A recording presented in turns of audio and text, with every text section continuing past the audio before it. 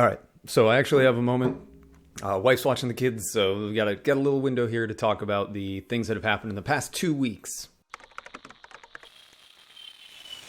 There's been a lot that's been going on, not just on the game development side, but kind of everything in life. It's been a weird couple weeks, but basically there's still been a lot of progress done on Our Secret Below, mostly revolving around creating new artwork. There's a lot that needs to be done to make the place feel like full and lived in and compelling.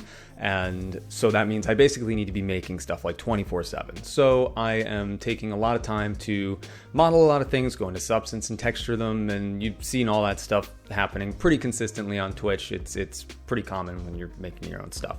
Aside from that, there's been a lot of new tech that I've been working on for puzzles, and a good example is the pad that if you've been watching the streams, you've seen that you can pick up a little pad and it's just a blue screen. It doesn't really seem to do anything, but I finally started working on the system for that. It's actually an important tool amongst many other things that you can do in the game, where you can find the password to access the tool, and that will give you a lot of different options of things that you can do. One of them being scan for any devices in the area that emit a radio frequency. And if you can, there are things where you might be able to connect to it and do interesting stuff. You can decode certain things. There's all kinds of stuff that you'll be able to do with it. So that system is up and running. Still needs a lot more plugged into it because it goes into a lot of little subsystems, but it's pretty cool. There are a lot of other little things too, like some additional puzzle work, just different things you would come across, some interaction bug fixes. I did a lot of work on the tutorial. One of the things I want to do for the Kickstarter is to have a little teaser trailer, and that means I need some clips of stuff, and the tutorial has a lot of the cinematic elements, and so I wanted to take a moment to do some lighting on that, and I actually created an ability to use lighting rigs in these cinematic events, so that the lighting, while still existing in the game world, it's all seamless into the game and everything. It's not like things jump cut and then suddenly there's a cinematic. I don't got time for that. So these things happen during play, but I made it so that I can light these things in a more cinematic way and actually follow some of the principles for good lighting. I've also done a pass on the UI and some of the interaction stuff because they're tied together. Things like little icon prompts that show up to tell you what keys you can press to interact with things.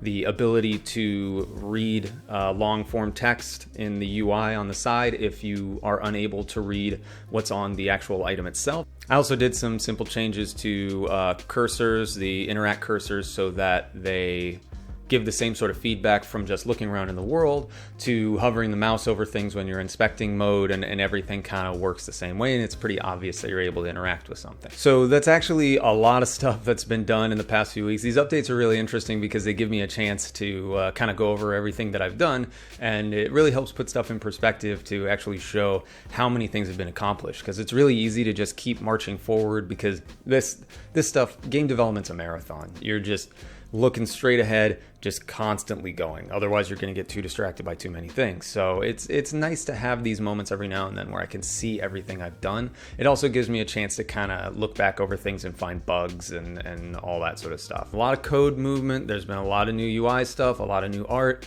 a lot of cool stuff done for the tutorial and the little intro sequence. So a lot of progress, and there's going to just be more of that. That's the main idea for the next coming weeks, is basically just more of the same. I do have things on my schedule that I need to hit, like certain milestones. This week is the core gameplay loop. Basically, I just need to be able to interact with all the things I need to be able to interact, whether they're boxes or actual full working puzzles or whatever. I just need to be able to interact with all of them and be able to unlock things and get to where the end of the game would be. So that needs to be all set up so I can start plugging things in. That's the goal for this week. Next week, I believe it's additional supporting content for that. So if there's any art that needs to be made, if there's any additional puzzles that I want to do, say you fail to do one thing and I want to make you have to go down another path, I'll be hooking up some of that. But we'll see where that goes and where this week ends up, because I kind of have this as a 2-week milestone where I can I can kind of get as much done as I can in this week. If I reach it, great. If not, I still have another week to achieve these goals, along with some extra little things that I can tack on if I have the time. So that's it. Another 2 weeks wrapped up. The goal for the Kickstarter is to launch in the coming weeks.